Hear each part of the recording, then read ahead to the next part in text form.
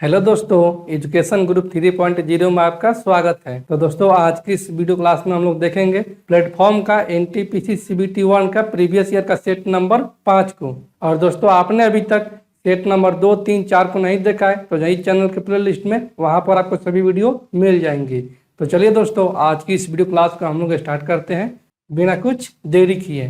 तो आज का हमारा पहला प्रश्न है, चक्रवृद्धि ब्याज गणना वार्षिक तौर पर होती है। दर पर एक धनराशि 2 वर्षों में 1600 रुपया हो जाती है और 3 वर्षों में 1700 रुपया हो जाती है। तो ब्याज की दर ज्ञात कीजिए। तो दोस्तों, यहाँ से दिया है कि 2 वर्षों में कितना हो जाती है, 1600 रुपया हो जाती है। यानी कि 2 वर्षों में हो जा रही है 1600 रुपया और 3 वर्षों में कितना हो जा रही है, 1700 रुपया। 3 वर्षों में जो धन हो जा रहा है वो हो जा रहा है 1700 रुपया। तो दोस्तों, यहाँ से 1 वर्ष का ब्याज निकाल लेंगे कि यहाँ से देगा 1 वर्ष का ब्याज। ये हो जाएगा कितना दोस्तों, 1700 में से अगर 1600 घटेगा ये हो जाएगा 100 रुपया। ये 1 वर्ष का ब्याज है और ये 1 वर्ष का ब्याज है और ये कितना से बढ़ रहा है, ये बढ़ रहा है 1600 से 1700 हो रहा है कि 100 की वृद्धि हो रहा है। यहाँ से रेट परसेंट निकाल देंगे। रेट परसेंट बराबर में हो जाएगा 100 रुपये का ब्याज बढ़ रहा है और कितने से बढ़ रहा है, 1600 रुपये से बढ़ रहा है। इंटू का हो जाएगा 100। ये डबल जीरो से डबल जीरो कैंसिल आउट और ये 4 चौक के 16 और ये 25 चौक के 100 और ये दोस्तों कर जाएगा 6 चौक 24, 1 4 दूनी 8, 2 4 5 20 की रेट प्रतिशत आ गया 6.25। इसलिए ऑप्शन नंबर डी को हम लोग टिक करेंगे। ठीक है दोस्तों, अगले प्रश्न की ओर बढ़ते हैं। अगला प्रश्न है, यदि एक संख्या और उसके 25% का अंतर 24 है तो संख्या कितनी होगी, इनकी वो संख्या कौन सी होगी। तो दोस्तों, मान लेते कि वो संख्या जो है वो x है, तब हो जाएगा यहाँ से x माइनस और x का 25%, यानी कि उस संख्या के 25% की 25 बट्टा में 100। यह कितना दिया दोस्तों, यह दिया है 24। यहाँ से हो जाएगा 25 चौके 100, ये 4 एलसीएम तो हो जाएगा 4x माइनस का x और बटे में हो जाएगा 4 बराबर में 24। यहाँ से आ जाएगा 4x में से x जाएगा, यानी कि 3x बटे में 4 बराबर में हो जाएगा 24। ये कर जाएगा 8 बार में और ये इधर जाएगा तो ये हो जाएगा गुना में, यानी कि x बराबर में आ गया 8 चौके 32। इनको संख्या जो है वो है 32। इसलिए ऑप्शन नंबर डी को हम लोग टिक करेंगे। ठीक है दोस्तों, अगले प्रश्न की ओर बढ़ते हैं। अगला प्रश्न है, एक समद्विबाहु त्रिभुज का आधार 8 सेंटीमीटर है और इसकी समान भुजाओं में से एक 5 सेंटीमीटर है। आधार से उसके सम्मुख शीर्ष की ऊंचाई ज्ञात कीजिए। तो दोस्तों, यहाँ से दिया कि एक समद्विबाहु त्रिभुज है, इनकी ये हो गया हमारा समद्विबाहु त्रिभुज ABC हमारा एक समद्विबाहु त्रिभुज हो गया। ये A हो गया, ये B हो गया और ये C हो गया, जिसमें कि इसकी 2 भुजा बराबर होंगी, इनकी AB बराबर में AC हो गया। और ये दोनों आसन समान भुजा कितना दिया है, वो दिया है 5 सेंटीमीटर। ये हो गया 5 सेंटीमीटर और ये भी हो जाएगा 5 सेंटीमीटर। और इसका आधार कितना दिया है, वो दिया है 8 सेंटीमीटर। इनकी ये वाला जो दूरी दिया है वो दिया है 8 सेंटीमीटर। हमसे पूछा गया है तो उसके सम्मुख शीर्ष की ऊंचाई ज्ञात कीजिए। इनकी यहाँ पर से कोई लंब डाला गया है, ये AD लंब BC में डाल दिए और इसी AD की लंबाई पूछा है। तो दोस्तों, जब समद्विबाहु त्रिभुज में BC लंब AD हो गया तो AD जो है वो BC को समान 2 बराबर भागों में बांट देगा। इनकी हो जाएगा BD बराबर में DC, इनकी BD बराबर में ये DC हो जाएगा। तो टोटल दूरी है 8 सेंटीमीटर, ये हो जाएगा 4 सेंटीमीटर और ये भी हो जाएगा 4 सेंटीमीटर। तो दोस्तों, अगर हम देखते हैं त्रिभुज ADC में ये त्रिभुज कैसा है दोस्तों, ये आकृति जो है वो ऐसा है, जो कि ये 90 डिग्री का कोण बना रहा है, जिसमें कि ये A है, ये D है और ये C है। तो दोस्तों, जब ये 4 हो गया और ये 5 हो गया, दोस्तों हम जानते हैं कि समकोण त्रिभुज का जो ट्रिपलेट होता है वो होता है 3 4 5। ठीक है, तो इसमें 5 है 4 है, क्या मिसिंग है, 3 मिसिंग है, यानी कि यहाँ से हो जाएगा ये 3 सेंटीमीटर। यहाँ पर वो वहीं लागू हो जाएगा। समद्विबाहु त्रिभुज की ऊंचाई यहाँ से हो जाएगी कितना दोस्तों, इनकी AD बराबर में आ जाएगा 3 सेंटीमीटर। इसलिए ऑप्शन नंबर ए को हम लोग टिक करेंगे। ठीक है दोस्तों, अगले प्रश्न की ओर बढ़ते हैं। अगला प्रश्न है, एक दुकानदार ने 2 खिलौनों को प्रत्येक 990 रुपये में बेचा। पहले खिलौने पर उसे 10% का लाभ प्राप्त हुआ और दूसरे खिलौने पर उसे 10% की हानि हुई। तब लाभ या हानि का कुल प्रतिशत ज्ञात कीजिए। एक खिलौने कितना बेच रहा है, वो बेच रहा है 10% लाभ पर। एक पर जो हो रहा है उसको प्रॉफिट वो हो रहा है 10% का। तो दोस्तों इसको हम लोग परसेंटेज से मुक्त करेंगे, तो ये हो जाएगा 10 बटे में 100, तो ये कर जाएगा 10 बार में, क्योंकि यहाँ से हमारा आ जाएगा 1 बटा में 10। तो इसको मान लें कि ये हो गया सीपी, क्योंकि मान लें कि सीपी जो है वो 10 है, तब एसपी कितना हो जाएगा, एसपी हो जाएगा 1 की वृद्धि, यानी कि प्रॉफिट हो रहा है 10% का, इसलिए हो जाएगा 10 से 1 ज़्यादा यानी कि 11। और कितना है, प्रत्येक वस्तु का जो विक्रय मूल्य है वो 990 रुपया दिया है, यानी कि 11 बराबर में दिया है 990 रुपया। तो ऐसे 1 बराबर कितना हो जाएगा, ये हो जाएगा 11 9 99 यानी कि 90 बार में। तो ऐसे क्रय मूल्य कितना आ जाएगा, ये आ जाएगा 90 गुने में 10 यानी कि ये हो जाएगा 900। ठीक है, ये पहले स्टेटमेंट के अनुसार।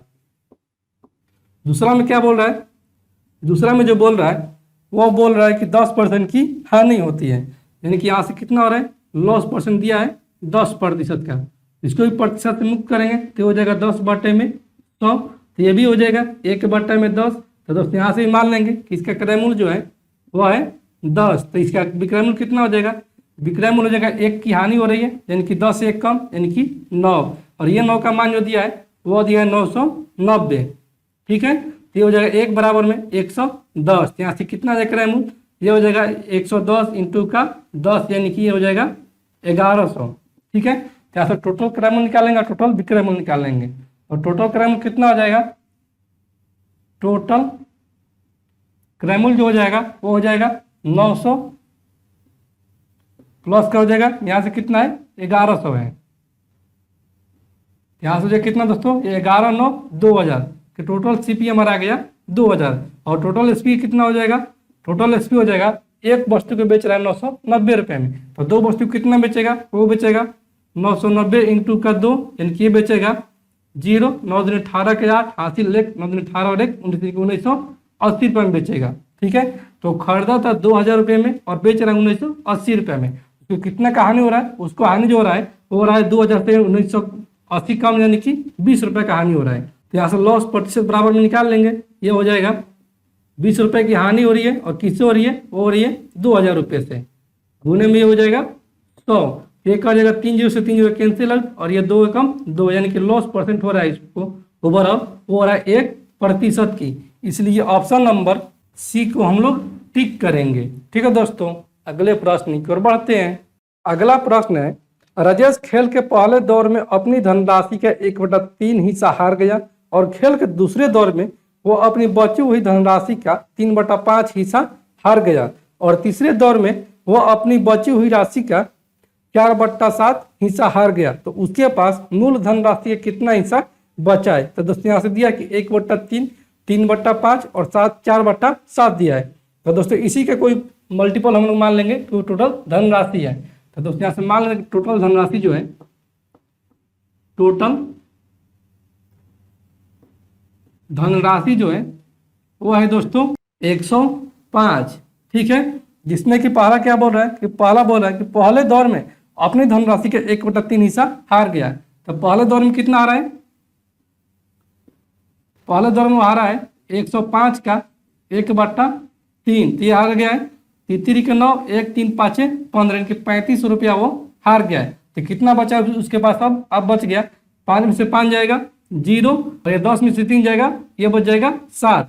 फिर दूसरे दौर में कितना बोल रहा है कि दूसरे दौर में जो बोल रहा है वो बोल रहा है कि शेष धनराशि का 3/5 हिस्सा हार गया, क्योंकि 70 का 3/5 हिस्सा वो हार गया। तो कितना हो जाएगा दोस्तों, जैसे 14 5 70 इनके 14 3 42, तो 42 रुपये हार गया, तो अब उसके पास कितना शेष धन बच गया, वो बच गया 70 में से 42 जाएगा कि 42 और 8 50 और 20 70, इनके 28 रुपये उसके पास बचा है। और तीसरे दौर में कितना आ रहा है, तीसरे दौर में वो अपनी बची हुई धनराशि का 4/7 हिस्सा हार गया, क्योंकि तीसरे दौर में वो हार रहा है बची हुई राशि का, यानी कि 28 का 4/7 हारता है, यह हो जाएगा 7 चौक 28 यानी कि 16 रुपया हार गया। तो अब इसके पास कितना बच गया, वो बच जाएगा 28 में से 16 जाएगा, क्योंकि हो जाएगा 16 2 18 और 10 28 यानी कि 12 रुपया बच गया है। ठीक है, अब उसके पास बोल रहा है कि उसके पास मूल धनराशि कितना हिस्सा बच गया है, कि बच गया है कितना 12 रुपया, और मूल धनराशि कितना मानते हैं, वो मानते 105 रुपया। यहाँ से हो जाएगा 12 बट्टा में 105, ये दोस्तों कर जाएगा 3 चौक के 12 और 3 के 9, 3 5 15, यानी कि उसके पास जो धनराशि बच गया है वो बच गया 4/35। इसलिए ऑप्शन नंबर सी को हम लोग टिक करेंगे। ठीक है दोस्तों, अगले प्रश्न की ओर बढ़ते हैं। अगला प्रश्न है, दिए गए रेखा चित्र में यदि कोण बी ए सी बराबर में 30 डिग्री, कोण ए बी सी बराबर में 50 डिग्री और कोण सी डी ई बराबर में 25 डिग्री है तो कोण ए ई डी किसके बराबर होगा, यानी कि कोण ए ई डी का मान कितना होगा। तो दोस्तों यहाँ से चित्र दिया है,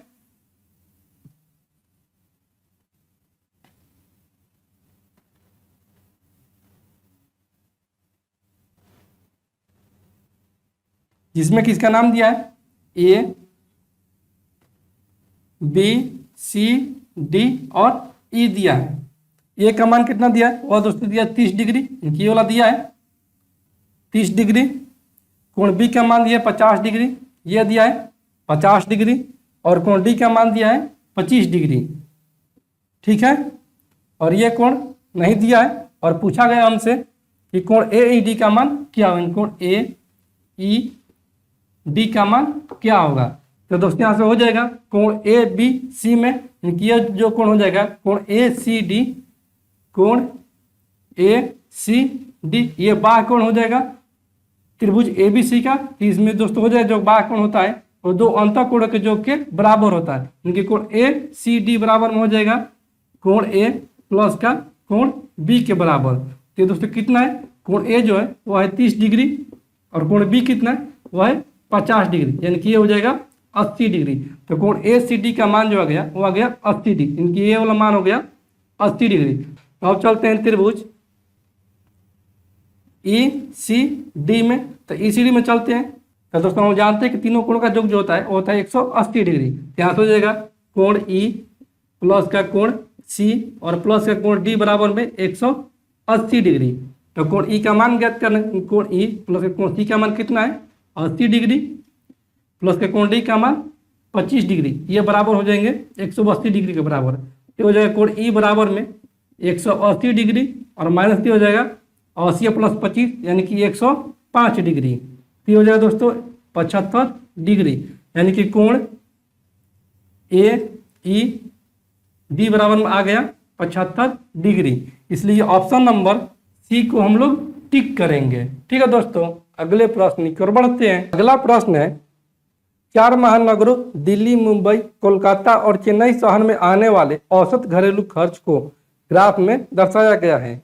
उच्चतम औसत घरेलू खर्च और निम्नतम औसत घरेलू खर्च का अनुपात ज्ञात कीजिए। तो दोस्तों यहाँ से ग्राफ दिया है, इसमें देखते हैं कि उच्चतम कितना है। तो उच्चतम जो है वह है 1,20,000, क्योंकि उच्चतम औसत घरेलू खर्च जो है उच्चतम वह दोस्तों कितना है, वह है 1,20,000। ठीक है, और निम्नतम कितना है, निम्नतम देख लेते हैं। तो निम्नतम जो है वो है दोस्तों 1,10,000, 1,10,000। इसका अनुपात पूछा है तो अनुपात ज्ञात कर लेंगे, क्योंकि अनुपात बराबर में हो जाएगा ये 1,20,000 और अनुपात का हो जाएगा 1,10,000। ये 4 जीरो से 4 जीरो कैंसिल आउट और यहाँ से दोस्तों हो जाएगा अनुपात 12:11। इसलिए ऑप्शन नंबर बी को हम लोग टिक करेंगे। ठीक है दोस्तों, अगले प्रश्न की ओर बढ़ते हैं। अगला प्रश्न है, निम्नलिखित को हल कीजिए। 4 + 2 - 16/4 + 3। तो उससे यहाँ सिंप्लीफिकेशन दे दिया, यानी कि यहाँ से दिया है कि 4 + का 2 - का 16/4 प्लस का 3 फिर प्लस का 1 प्लस का 8 × 7 भागा का 19 फिर गुने में दिया है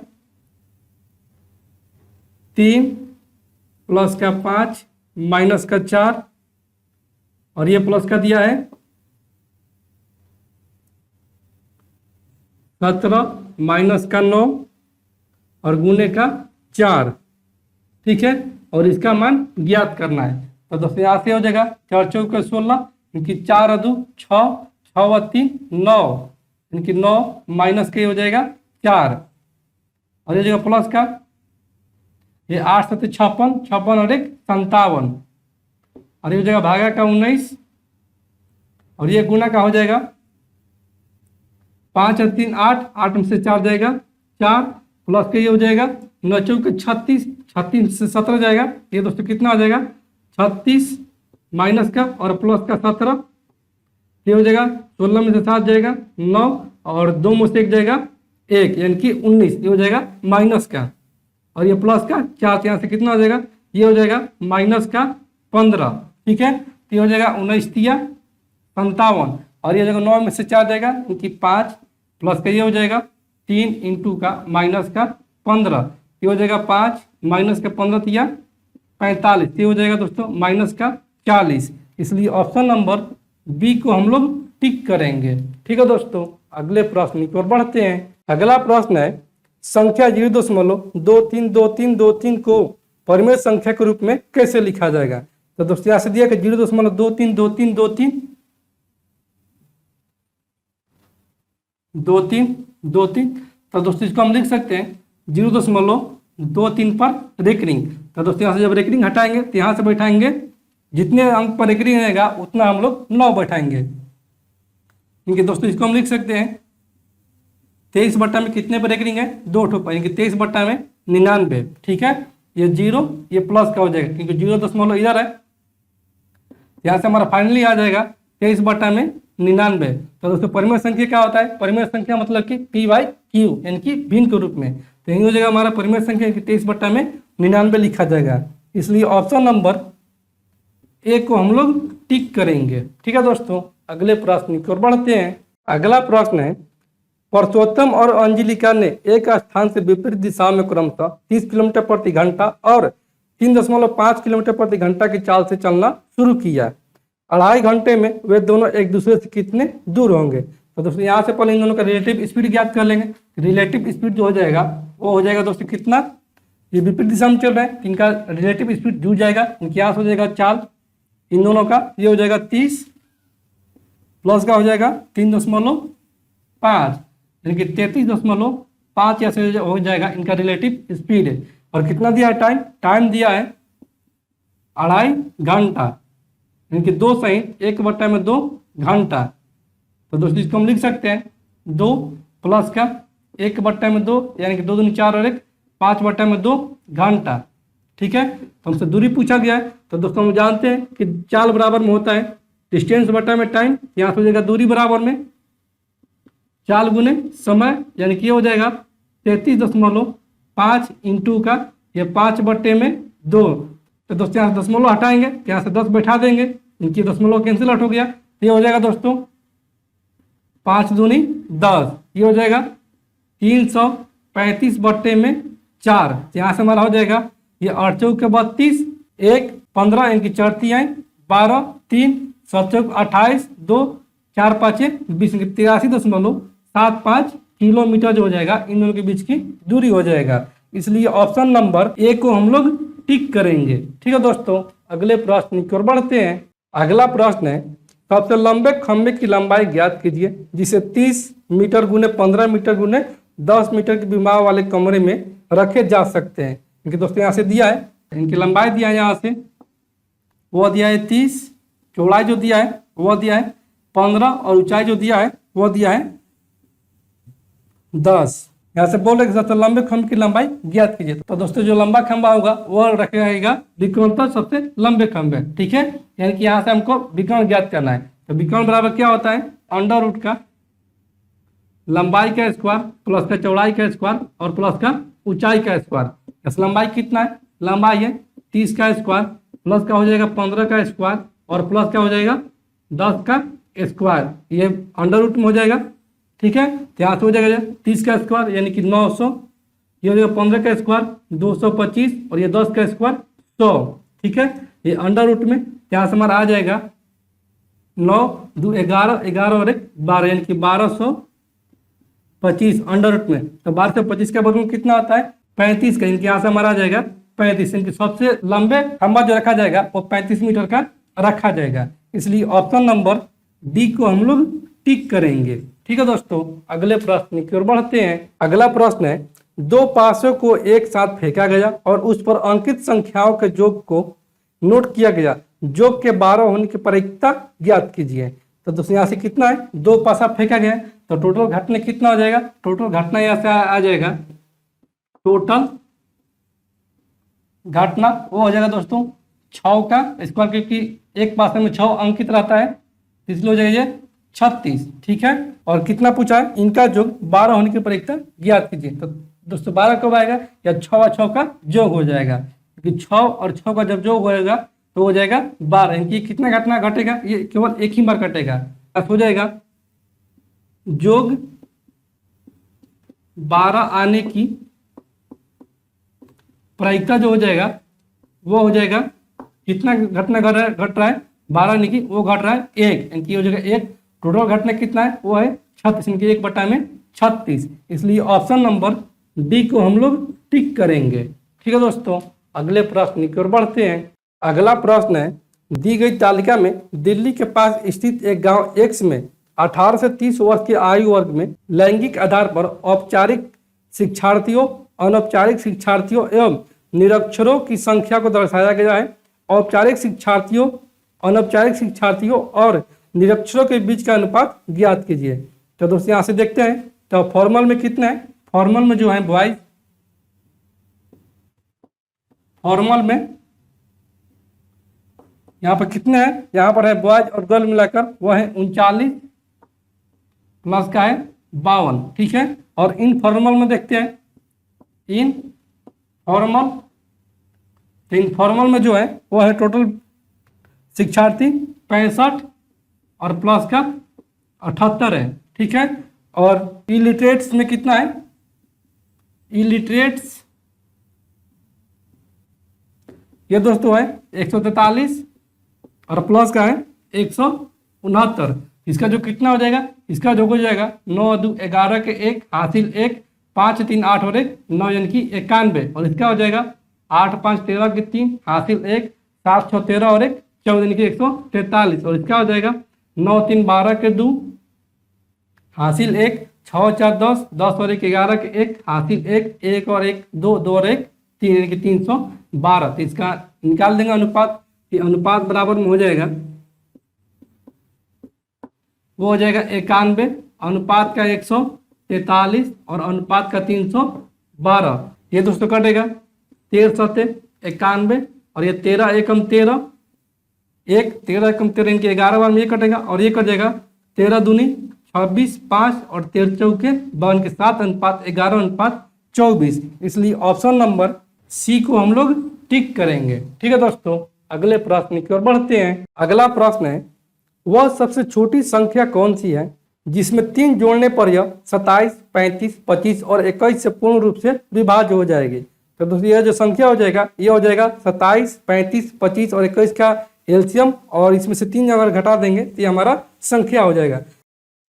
तो दोस्तों यहाँ से पहले हम लोग एलसीएम निकाल लेंगे। इनकी हो जाएगा 27 35 25 21, इन सभी के एलसीएम निकालेंगे, ये हो जाएगा, ये 3 बार में जाएगा, इनके 3 9 27 35 25 और ये 3 7 21। अब जाएगा दोस्तों 5 बार में, ये हो जाएगा 9, ये 7 5 35 और ये 5 25 और ये 7। और दोस्तों जाएगा ये 7 बार में, ये हो जाएगा 9 1 5 1। अब कोई भी नहीं काटेगा, यहाँ से हमारा एलसीएम आ जाएगा, वो आ जाएगा 3 गुने 5 गुने 7 गुने 9 गुने 5। ये दोस्तों हो जाएगा 3 5 15 और 15 5 75। ये 75 साथ जो होता है, यहाँ दोस्तों हो जाएगा 75 इंटू 7 7 5 35 के 5 हासिल 3 7 49 और 3 52 की 500। ये हो जाएगा 525 और 525 इंटू 9 इनकी 9 5 45 4 9 2 18 4 22 के जी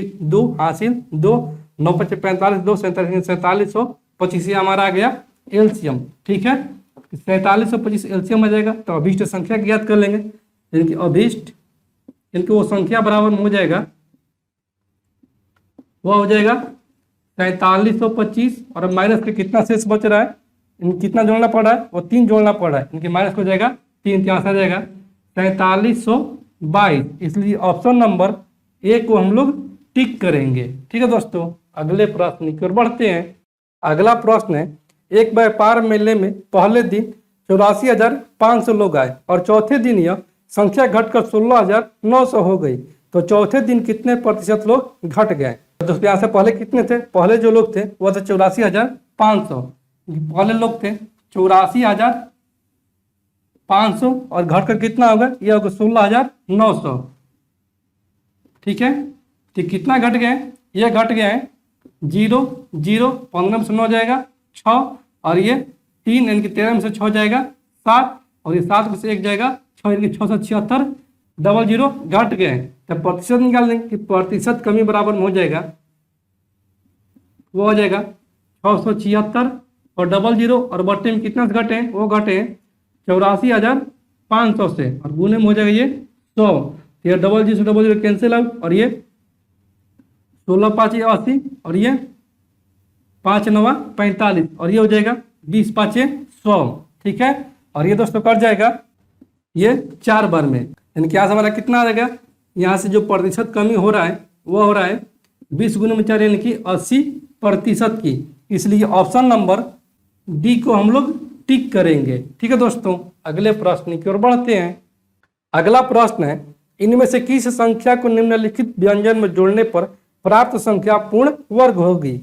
तो दोस्तों यहाँ से संख्या दिया कि 1 प्लस का 3 प्लस का 7 प्लस का 9 प्लस का 11 और प्लस का 13। यहाँ से ये कितना हो जाएगा, 3 और 1 4, 4 7 11, 11 11 दूनी 22, 22 और 9 31, 31 और 3 34, 34 और 10 44, यहाँ से आ जाएगा 44। तो दोस्तों देखेंगे यहाँ से कौन सी संख्या जो है वो पूर्ण वर्ग है, तो जो पूर्ण वर्ग संख्या जो है वो एक तो 36, नहीं तो उसके बाद है 49, इनकी तो 36 से ज्यादा है, इनकी यहाँ से कितना है नजदीक, यह है 49 के नजदीक। तो दोस्तों यहाँ से अगर हम इसमें 5 जोड़ेंगे तो हो जाएगा 49, इनके वो जो संख्या जोड़ेंगे वो जोड़ेंगे 5, तब देखिए ये पूर्ण वर्ग बन जाएगा, इसलिए ऑप्शन नंबर बी को हम लोग टिक करेंगे। ठीक है दोस्तों, अगले प्रश्न की ओर बढ़ते हैं। अगला प्रश्न है, यदि माध्य 40 है और मानक विचलन 5 है तो विचलन गुणांक ज्ञात कीजिए। तो दोस्तों हम जानते हैं कि विचरण गुणांक बराबर में होता है, विचरण गुणांक बराबर जो होता है वो होता है मानक विचलन और बटे में होता है माध्य, और गुणे होता है 100। कैसे विचलन कितना दिया है, विचलन दिया है 5 और माध्य कितना दिया है, वो दिया है 40, और ये हो जाएगा इंटू का 100, तो हो जाएगा 5 8 40, और ये दोस्तों हो जाएगा 8 कम 8 2, 8 दूनी 16, 4 8 5 40, 12.5%, इसलिए ऑप्शन नंबर बी को हम लोग टिक करेंगे। ठीक है दोस्तों, अगले प्रश्न की ओर बढ़ते हैं। अगला प्रश्न है, दिए गए चार्ट में 5 वर्ष 1 से लेकर 5 की अवधि के लिए 2 बैंकों ए और बी द्वारा जमा पर दी जाने वाली ब्याज दर प्रदर्शित की गई है। यदि एक व्यक्ति ने वर्ष के आरंभ में 23 लाख की राशि को बैंक ए की बजाय बैंक बी में जमा किया होता तो वर्ष 3 में प्राप्त होने वाले ब्याज धनराशि में कितना अंतर होगा। कि दोस्तों यहाँ से दिया है 100 का मान 23 लाख, इनके से दिया है 100% का मान वो दिया है 23 लाख। ठीक है, और पूछा क्या है, बैंक ए की बजाय बैंक बी में जमा किया होता तो 3 वर्ष में प्राप्त होने वाली ब्याज धनराशि में कितना अंतर होगा। तो यहाँ से अंतर कितना हो जाएगा, यहाँ से अंतर जो हो जाएगा वो हो जाएगा बैंक बी में कितना है दोस्तों, बैंक बी में जो है वो है दोस्तों 3 में वो है 10%। ठीक है, और बैंक ए में कितना है, तो बैंक ए में जो है वो है 8.5%। तो दोस्तों कितना का अंतर हो जाएगा, ये हो जाएगा 1.5% का, 100% का है 23 लाख, 100 बराबर में है 23, तो एक बराबर में कितना हो जाएगा, ये हो जाएगा 23 बटे में 100। तो हमको ज्ञात कितना करना है, वो ज्ञात करना है 1.5% का, 1.5% बराबर में हो जाएगा 23 बटा में 100 इंटू का हो जाएगा 1.5, तो दशमलव हटाएंगे 10 नीचे बैठाएंगे, ये कट जाएगा। और 23 लाख पर दोस्तों कितना जीरो होता है, वो होता है इकाई, दाएं, सैकड़ा, हजार, 10,000, लाख, 10 लाख, ये हो जाएगा 23 लाख। यहाँ से दोस्तों क्या हो जाएगा, 3 जीरो से 3 जीरो कैंसिल आउट, और ये हो जाएगा 15 × 45 के 5 हासिल 4, 15 दिन 30 और 4 34, 5 पर 00 34,500। इसलिए ऑप्शन नंबर बी को हम लोग टिक करेंगे। ठीक है दोस्तों, अगले प्रश्न की ओर बढ़ते हैं। अगला प्रश्न है, दो संख्याओं का जोगफल 20 है और उनका अंतर 2.5 है, तो इन संख्याओं का अनुपात कितना होगा।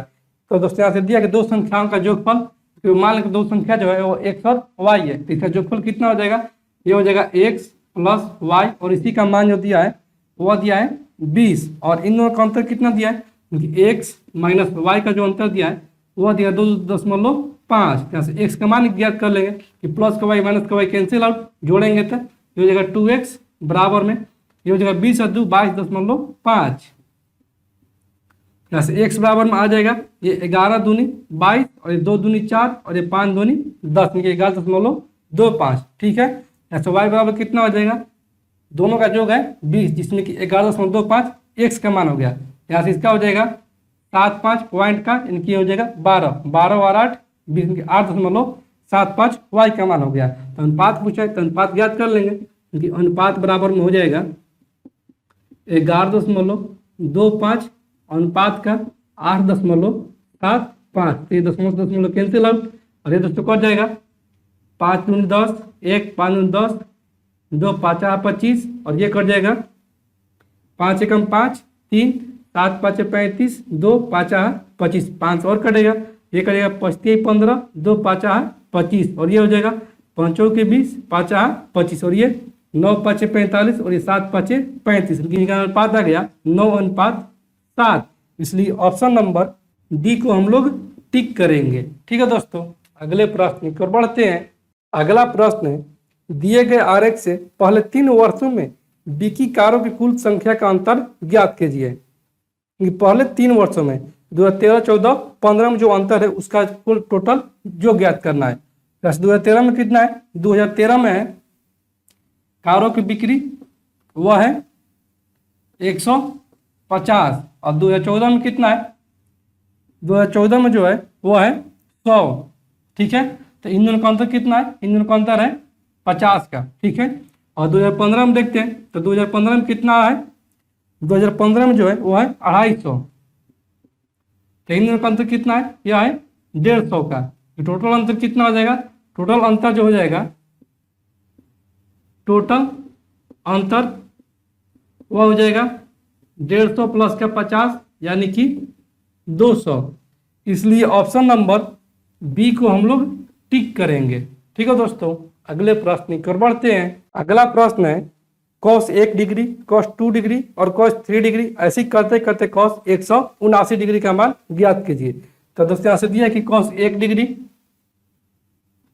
डिग्री इंटू का cos 2 डिग्री और इंटू का cos 3 डिग्री, ऐसी करते करते दिया है cos का 179 डिग्री। ठीक है, तो दोस्तों ऐसी करते करते अगर हम जाएंगे तो इसमें हम लोग को मुलाकात होगा cos 90 डिग्री से भी। ठीक है, और ये सभी मल्टीपल में, तो cos 90 डिग्री का मान जो होता है वो होता है 0, क्योंकि 0 में अगर सबसे गुना करेंगे तो हो जाएगा 0, यानी कि इसका मान जो आ जाएगा वो आ जाएगा 0। इसलिए ऑप्शन नंबर सी को हम लोग टिक करेंगे। ठीक है दोस्तों, अगले प्रश्न की ओर बढ़ते हैं। अगला प्रश्न है, सुनील के पास रोटियां बनाने के लिए 9/1/4 kg आटा है। यदि रोटी की रेसिपी में लिखा है कि उस रोटी के लिए एक पेड़ा यानी कि लोफ बनाने के लिए 1/1/8 kg आटे की आवश्यकता है, तो वह कितने पेड़े बना सकती है। निकटतम पूर्ण संख्या तक गणना कीजिए। तो दोस्तों यहाँ से दिया है कितना, टोटल जो दिया है आटा की मात्रा वह दिया है, टोटल आटा की मात्रा वह दिया 9/1/4 kg, यानी कि 9/1/4 kg, तो हो जाएगा 9 को 36 और 1 37/4 kg दिया है। जिसमें कि उसकी आवश्यकता कितना है, आवश्यकता जो है वह है 1/1/8 kg का, क्योंकि 8 और 1 9/8 kg की आवश्यकता है। ऐसे संख्या ज्ञात कर लेंगे, इस संख्या बराबर में हो जाएगा टोटल और बटे में हो जाएगा आवश्यकता। ठीक है, तो टोटल कितना है 37/4 kg है, और आवश्यकता कितना है 9/8 kg है, तो हो जाएगा 37/4 इंटू का 8/9, ठीक है, 4 दूनी 8 यानी कि हो जाएगा 37 दूनी 74 बटा में 9 kg।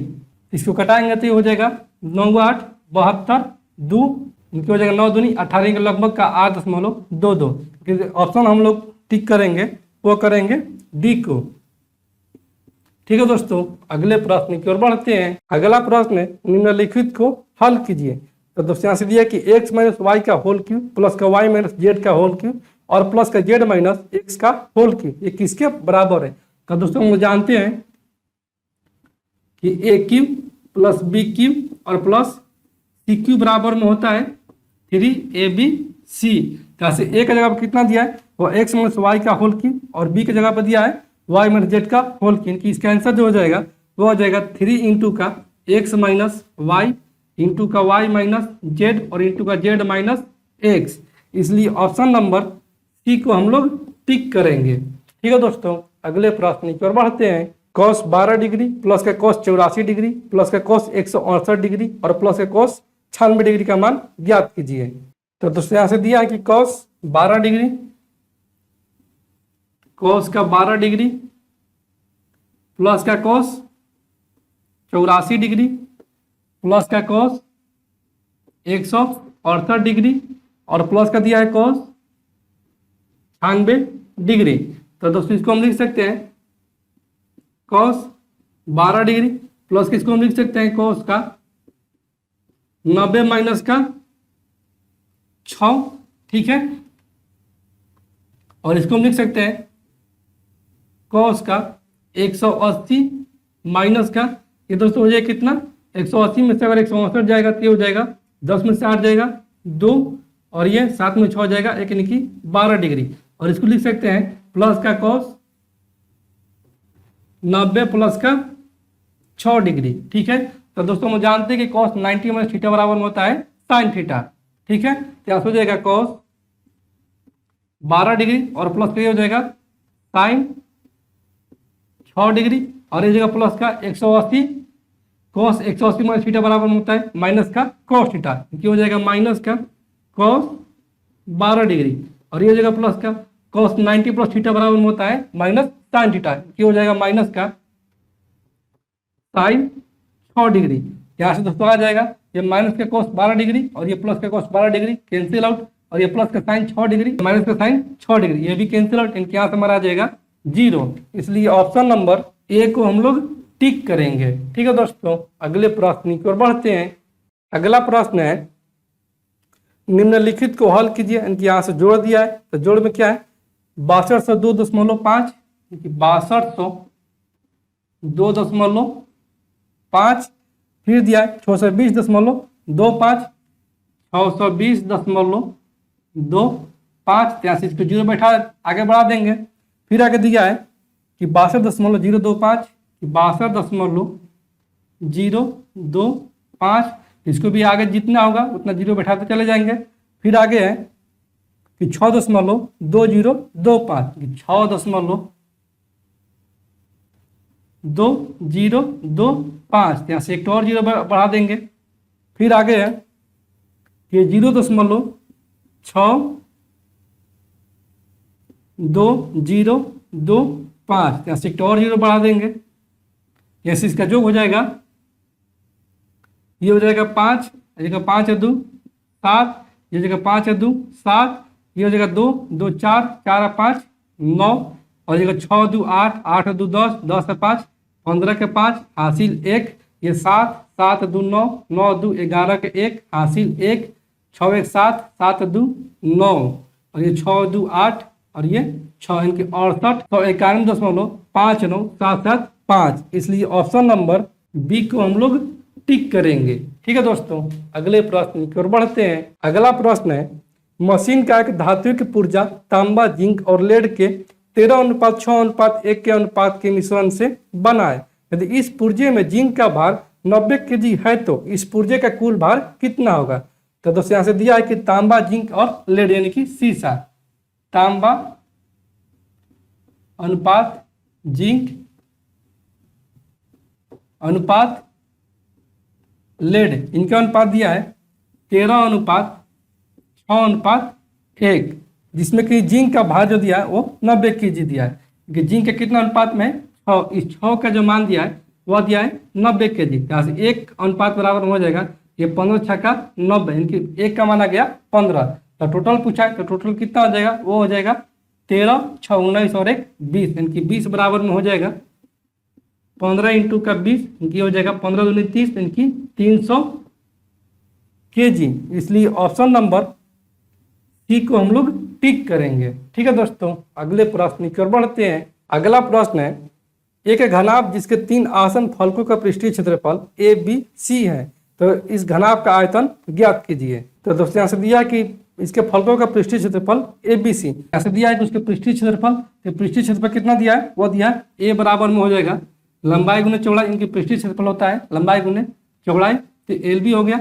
और बी बराबर कितना दिया है, तो इसका हो जाएगा चौड़ाई गुने ऊंचाई, इनके बी गुने एच, और सी कितना हो जाएगा, ये हो जाएगा ऊंचाई गुने लंबाई। तब पूछा गया है कि घनाभ का आयतन क्या हो, कि घनाभ का आयतन जो होता है, घनाभ का आयतन वो होता है एल बी एच, यानी ए बी सी। यहाँ से ए का मान कितना है, वो है एल बी, और बी का मान कितना है, वो है बी एच, और सी का मान कितना है, वो है एच एल। ये हो जाएगा L square B square H square. ठीक है, ये सब गुना में हो जाएगा, ये हो जाएगा ए बी सी के बराबर। ठीक है, क्योंकि यहाँ पर ए बी सी में दिया है ऑप्शन, तो यहाँ से हो जाएगा ये L square B square H square, क्योंकि ये दोस्तों यहाँ से हम लिख सकते हैं ए बी सी बराबर में एल बी एच का स्क्वायर, स्क्वायर किधर लेकर आएंगे तो हो जाएगा रूट में, इनकी अंडर रूट का ए बी सी बराबर में हो जाएगा एल बी एच। ठीक है, यहाँ से दोस्तों ये जगह अंडर रूट को हटाएंगे तो इसको लिखेंगे इसके पावर 1/2, क्योंकि वर्गमूल का होता है 2। यहाँ से हो जाएगा ए बी सी के पावर 1/2 बराबर में एल गुने बी गुने एच, की घनाभ का आयतन होता है लंबाई गुने चौड़ाई गुने ऊंचाई। ठीक है, यहाँ से हो जाएगा ए बी सी के पावर 1/2, इनकी ऑप्शन नंबर बी को हम लोग टिक करेंगे। ठीक है दोस्तों, अगले प्रश्न की ओर बढ़ते हैं। अगला प्रश्न है, यदि 3 आदमी या 6 लड़के अपना कार्य 20 दिनों में पूरा कर लेते हैं, उसी कार्य को 6 आदमी और 8 लड़के मिलकर कितने दिनों में पूरा कर लेंगे। इनके ऐसे दिया है कि 3 आदमी या 6 लड़के, इनकी 3 मैन बराबर में दिया है, वह दिया है 6 बॉय के, यहाँ से हो जाएगा 3 दूनी 6, यानी कि यहाँ से मैन और बॉय का अनुपात आ गया, वो आ गया 2:1, 2/1, जिसमें कि बोला कि 3 आदमी या 6 लड़के अपना कार्य 20 दिनों में पूरा कर लेते हैं।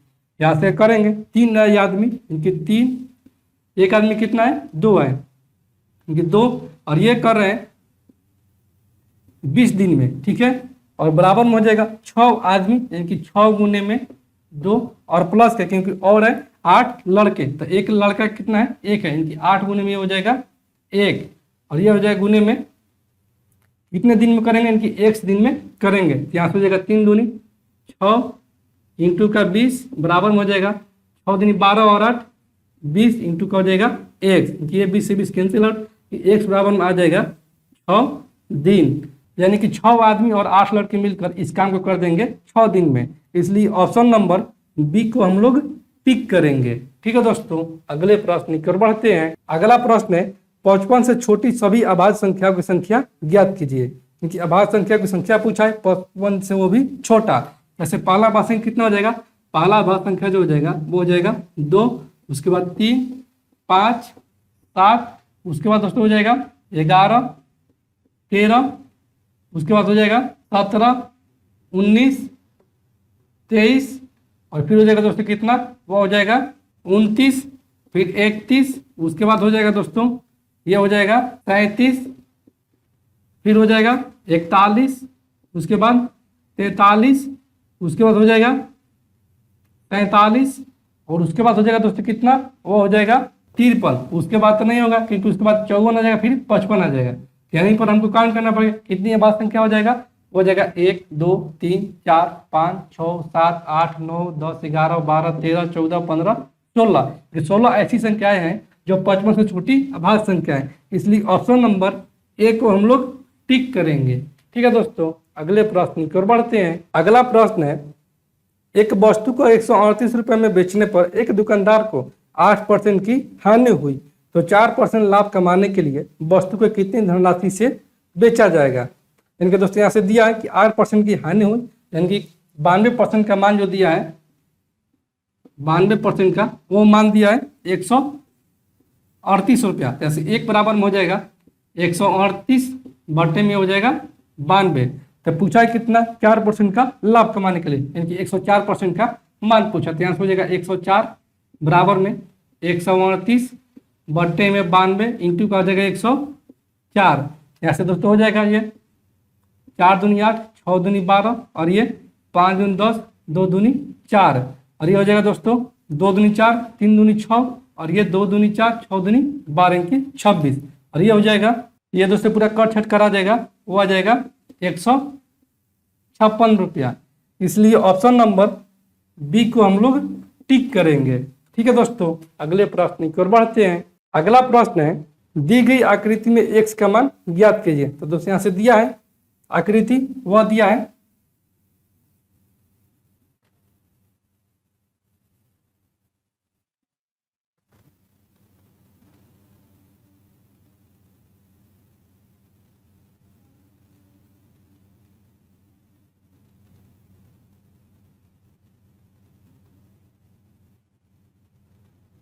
जिसमें किसका नाम दिया है, ये ए, ये 90 डिग्री है, ये है बी, ये सी है, ये डी है और ये ई है। और इसमें दिया है डी का कोण 115 डिग्री, इसका मान दिया है 80 डिग्री। ठीक है, और कोण बी का मान दिया है ये ऊपर में 65 डिग्री। और ये कितना दिया है, ये दिया है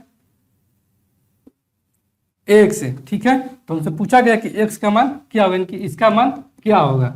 यहाँ से ये जो दिया है, ये दिया है 65 डिग्री और ये दिया है 80 डिग्री। तो दोस्तों हम पहले बतलाए थे वीडियो में कि जो कोई भी रेखा जो होता है वो 180 डिग्री अपने आप में बनाती है। यहाँ से दोस्तों देखते हैं कि ये सीधी रेखा जो है जिसमें कि यह 80 डिग्री, ये कितना हो जाएगा, ये हो जाएगा 100 डिग्री। ठीक है, और इसमें देखते हैं रेखा ए बी को, तो रेखा ए बी में जो है वह है एक कोण 65 डिग्री, ये कितना हो जाएगा, ये जो कोण हो जाएगा ये हो जाएगा 180 माइनस 65, यानी कि हो जाएगा 115 डिग्री। ठीक है, और ये कितना, यह है 90 डिग्री। तो सबको जोड़ देंगे, तो सबको जोड़ने में कितना आ जाएगा, ये हो जाएगा 90 प्लस का 115, 115 230 और प्लस का 100, ये हो जाएगा 190। इसको जोड़ेंगे तो ये हो जाएगा 0, 9 3 12 के 2 हासिल 1, 2 3 और 1 420। और ये दोस्तों कैसा है, यह एक पंचभुज की 1 2 3 4 5।